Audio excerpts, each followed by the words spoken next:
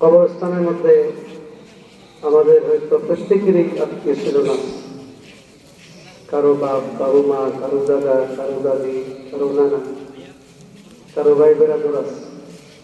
বিশেষ করে মনে পড়ে হযরত মৌলানা কুরবান আলী সাহেব, মৌলানা আলিউর রহমান সাহেব, জনাব মাস্টার আব্দুল সালাম সাহেব, অনেক কত নাম বলবো। আল্লাহ তাআলা কাছে প্রথমে দোয়া করি, আল্লাহ যেন এই কবরস্থানের যত মুসলমান নরনারী আছে সবাইকে জান্নাতি বানায় দেয়। আমরা কবরের পাশে দীর্ঘ সময় মাহফিল করলাম, বয়ান করলাম, তাদেরকে একটু দোয়া করবো না? তারা তো শুনতেছে, তারা শুনে কিনা অপেক্ষায় থাকে, তাকে যদি আমাদের জন্য একটু দোয়া করত। তাদেরকে তো দোয়া করার সুযোগ নাই। তাদের দোয়া করবে, তাদের জন্য দোয়া করবেন আপনারা। তাতে রেখে যাওয়া ছেলে মেয়ে আওলাদ দোয়া করেন তো? হাদিসের মধ্যে আসছে, হঠাৎ করে এক কবরবাসীর মর্যাদা আল্লাহ উঁচু করে জান্নাত দান করেছে। তখন সেই ব্যক্তি জিজ্ঞাসা করলেন, কি ফেরেশতা, আমি তো কোনো আমল করি নাই, আমল করার তো সুযোগ নাই, আমার মর্যাদা বাড়লো কিভাবে? ইস্তিগফারি ওয়ালাদিকে লাক, দুনিয়াতে তোমার সন্তান তোমার জন্য ইস্তিগফার করছে, তোমার গুনাহ মাফ চেয়েছে, এর বিনিময়ে আল্লাহ তাআলা তোমাকে জান্নাতে উচ্চ মাকাম দান করেছে। আমিন। এজন্য ভাইরা আমার, আমাদের প্রত্যেকেরই আত্মীয় স্বজন মারা গেছে, বিশেষ করে অনেকের মা বাপ যারা মারা গেছে, তাদের জন্য আমরা ভুলবো না, তাদের জন্য প্রত্যেক দিন নামাজ পড়ে দোয়া করবো। রাজি আছেন? জি ইনশাআল্লাহ।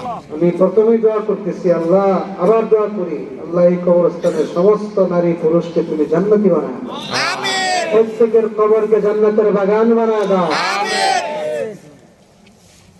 শেষ কথা বলবো, দোয়া হবে একটু, কিন্তু দোয়া কইরা যে ঘুমাইবে, একটু ঘুমে বেলা 8টা বাজে, তাই নাকি? তো যুবকরা বলা প্রাণের যুবক ভাইদেরকে জিজ্ঞাসা করতেছে, আজকে কি 8টা উঠবে না 7টা উঠবে না আজানের পর পর উঠবে? আজানের পর। ওয়াদা। সারা রাত যদি বয়ান শুনে না, স্লোগান দেন, ওজন নামাজ না পড়েন, লাভ হবো না, কি হবে? এই জন্য আমাদের মুরব্বীরা আসার পরে বয়ানই করতেন না। আমার মেয়ের শেষটাতে তাহাজ্জুদ ডিস্টার্ব হয়েছে, ফজর নামাজ দিয়ে কাজা হয়েছে। কিন্তু আমি আজকে এই বিশাল হাউসকে বলবো, বিশাল মাজমাকে বলতে চাই, আজকে ওয়াদা নিতে চাই, আজকের ফজর নামাজ আমরা সকলেই জামাতের সাথে মসজিদে পড়বো ইনশাআল্লাহ। সবাই গেছে না ইনশাআল্লাহ? যুবকরা কোন? যুবকরা জোরে বলেন ইনশাআল্লাহ। কে হাত তুলেন তো? হ্যাঁ, যুবক সত্য, এই আমি দেখতেছি যুবক সত্য থাকবো, ওয়াদা পুরা হবে।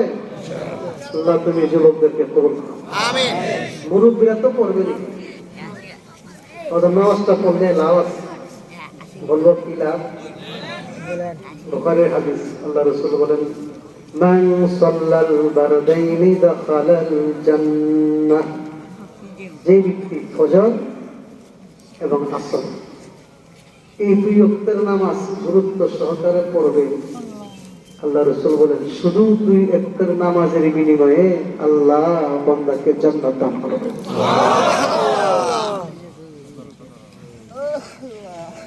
কারণ দুই ওয়াক্ত নামাজ কঠিন, কষ্ট, ঠিক না? এখন 11:30 11:15 বাজে, দোয়া করে দোয়া না করলে 12টা, যে ঘুমাইতে ঘুমাইতে 1টা। ফজর নামাজ জামাতে পড়তে হলে উঠতে হবে 5টা, কমপক্ষে 5:30। কঠিন না? কষ্ট বেশি না? যেখানে কষ্ট বেশি সেখানে সওয়াব বেশি, এটা ঠিক না? ঠিক। কত সওয়াব, জান্নাতে যাওয়া। আমরা সবাইকে জান্নাতের জন্য হুজুর এই কষ্ট করতেছি, ঠিক না? ঠিক। ফজর নামাজ যার কাজা নাই শুধু জান্নাতে যাবে না, কি আল্লাহ রাসূল বলেন পূর্ণিমার রাতের চাঁদের মতন কিয়ামতের ময়দানে আল্লাহকে দেখতে পাবেন। সুবহানাল্লাহ। বুখারী হাদিস। আল্লাহ দিদার চান তো? ইনশাআল্লাহ। চান কিনা? ইনশাআল্লাহ। ফজর এবং আসর কাজা করতে পারবেন। বাকি দিন তো সহজ, মাগরিব নামাজ কিন্তু অনেকই পড়ে, সহজ সহজ, জোহর সহজ, কিন্তু ফজর নামাজ কঠিন। আসর নামাজও অনেকে ঘুমায়,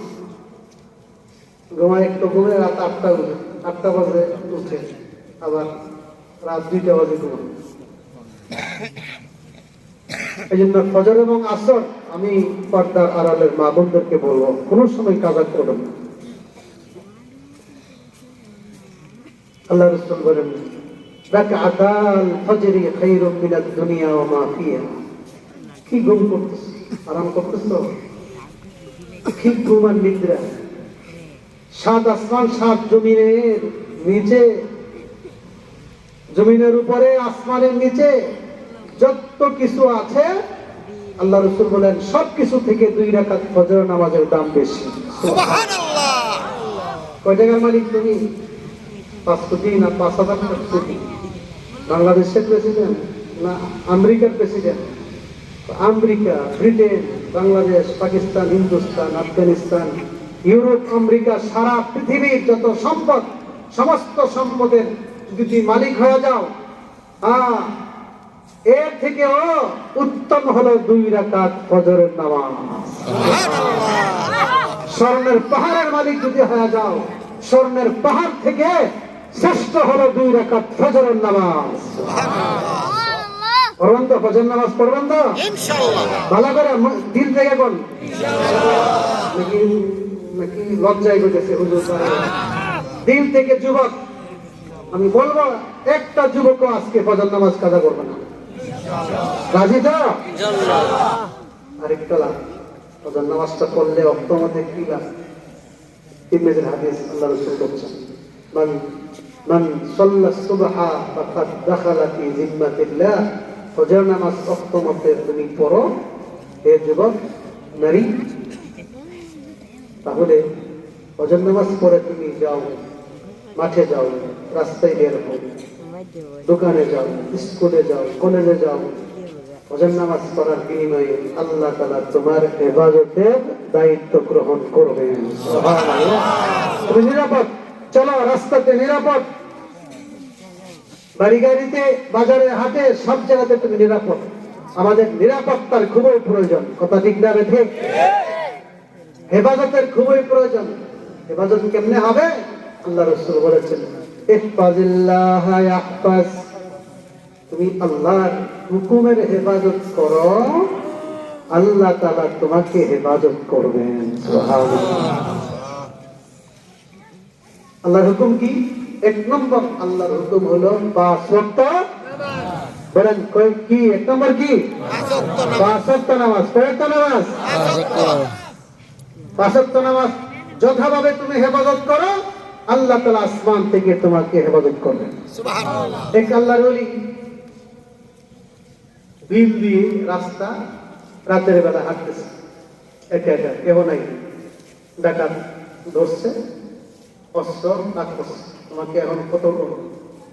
তো কতল করবা, ঠিক আছে কতল করবা, একটু সময় দিবা তো? তো কি 2 রাকাত নামাজ পড়ে দিই? ঠিক আছে পড়ো। 2 রাকাত নামাজ পড়ছে, নামাজ পড়ে সালাম ফিরে সাথে সাথে কোত্থেকে যেন আরেক ব্যক্তি এসে সেই ডাকাতকে হত্যা করে গেছে। দাঁড়া গেছে, ভাই তুমি কোত্থেকে আসলা? এখানে কোন লোক ছিল না, তুমি যখন নামাজ পড়ে হাত তুলে দোয়া করছো, আমি 4টা আসমানে ছিলাম, আল্লাহ তাআলা হুকুম দিয়েছেন 4টা আসমান থেকে এসে আমি ফেরেশতা তোমার দুশমনকে শেষ করে দিয়েছি। সুবহানাল্লাহ। হেফাজত করা মালিক কে? আল্লাহ। নামাজের হেফাজত করো, দেখবা তোমার হেফাজত। ইহফাজিল্লাহ ইয়াহফাজ, ইহফাজিল্লাহ তাজিদহু তিজাহাক। তুমি আল্লাহর হুকুমের হেফাজত করো, আল্লাহ তাআলা তোমাকে হেফাজত করবেন। আল্লাহ তাআলাকে যদি আল্লাহর হুকুম ফরজ, ওয়াজিব, মুস্তাহাব পুরাপুরি দ্বীনকে যদি তুমি হেফাজত করো তাহলে আল্লাহ তাআলাকে তোমার চেহারার সামনে দেখবে, আল্লাহকে দেখবে তোমার চেহারার সামনে। এজন্য এক বুজুর্গ বলেন, আমি 20 বছর যাবত যখন এই বিপদে পড়েছি সেই বিপদে আমি আল্লাহকে দেখেছি। সুবহানাল্লাহ। অর্থাৎ বিপদে পড়া মাত্র আল্লাহ সাহায্য করছে। আল্লাহর সাহায্য প্রয়োজন আছে কি আছে না? আল্লাহর দ্বীনের সাহায্য করো, আল্লাহ তোমাকে সাহায্য করবে। এই মাহফিল দ্বীনের সাহায্য, মসজিদ মাদ্রাসা দ্বীনের সাহায্য, একটা ছেলে মাদ্রাসা ভর্তি করেন দ্বীনের সাহায্য। আমরা দ্বীনের সাহায্য করতে রাজি আছি কিনা? আল্লাহ বলেন ইন তানসুরুল্লাহা ইয়ানসুরকুম, তুমি দ্বীনের সাহায্য করবা আল্লাহ তোমাকে সাহায্য করবে। ওয়ালা ইয়ানসুরান্নাল্লাহু মান ইয়ানসুরু, যে ব্যক্তি দ্বীনের সাহায্য করবে নিশ্চয়ই আল্লাহ তাআলা তার সাহায্য করবে। এই যে দ্বীনের সাহায্য কি, আমরা যে একটা সংগঠন বাংলাদেশের সবাই চিনে, তার নাম হলো হেফাজতে ইসলাম, ঠিক না বেটি? আমি হেফাজতে ইসলামের অর্থটা আজকে বলতে চাই এই 2 মিনিট। হেফাজতে ইসলাম মানে ইসলামের হেফাজত, সহজ কথা। হেফাজত ইসলাম মানে ইসলামের কি করা। ইসলাম কাকে বলে বলুন তো?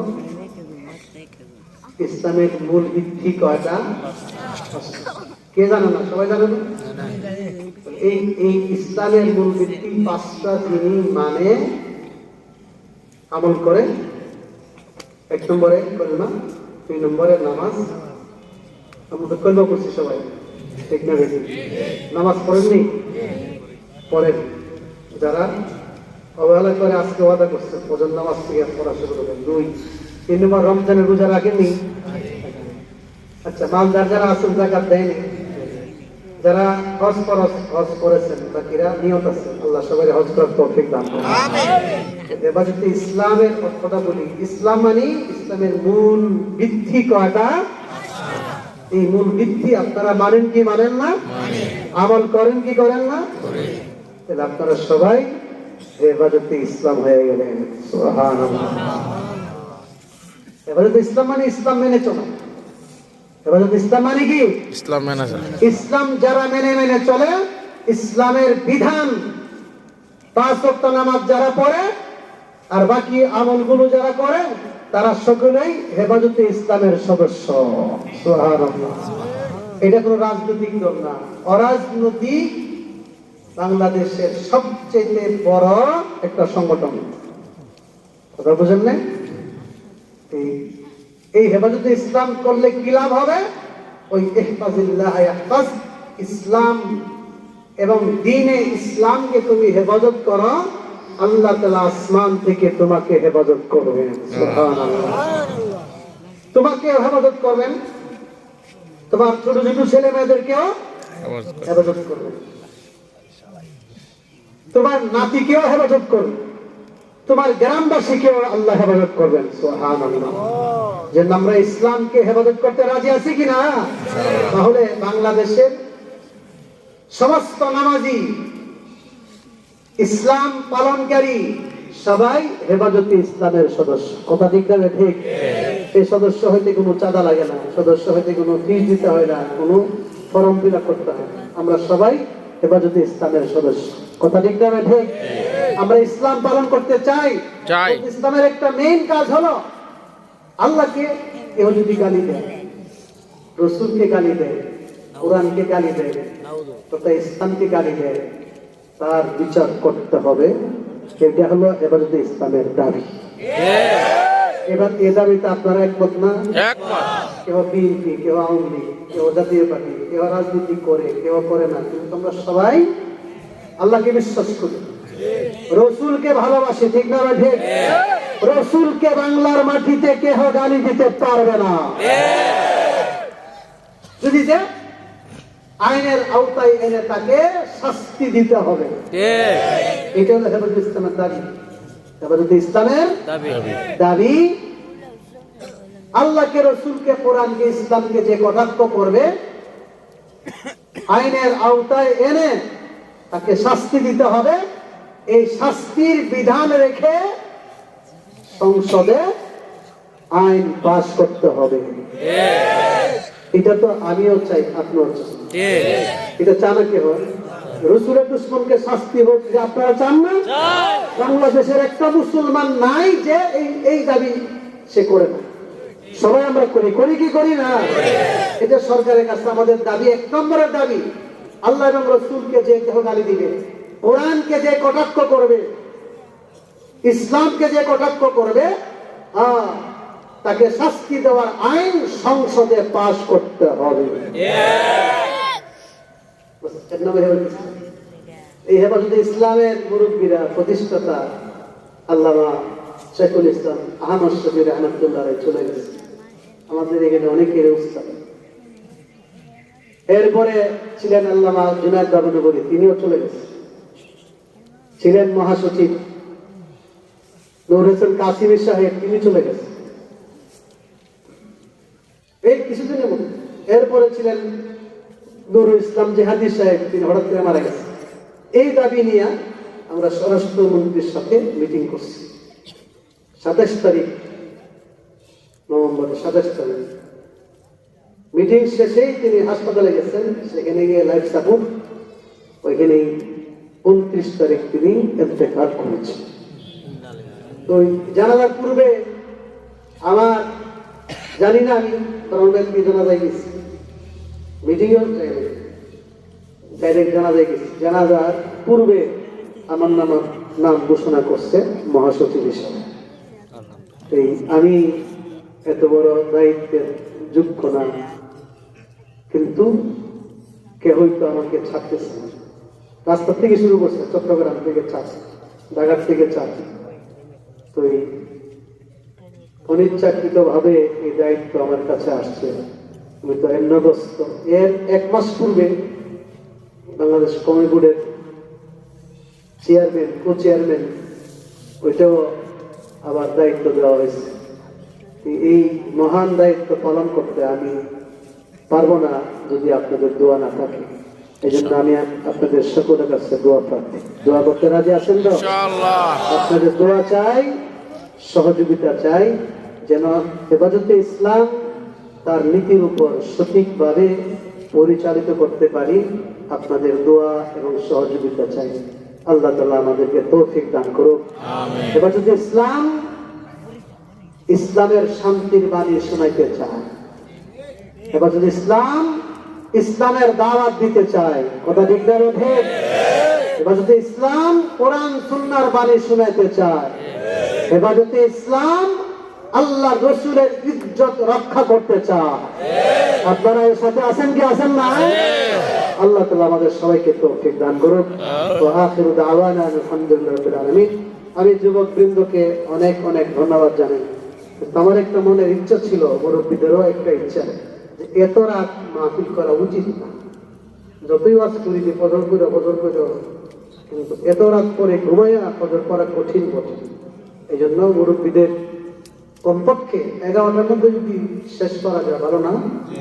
11টা শেষ করলে হয়তো ঘুমাইতে পারা হবে। এই জন্য আমার একটা নিয়ম করে ফেললে যে 11টার মধ্যে আমরা শেষ করে দিব, যাতে করে দ্রুত ঘুমাইয়া ফজর নামাজ পড়তে পারি।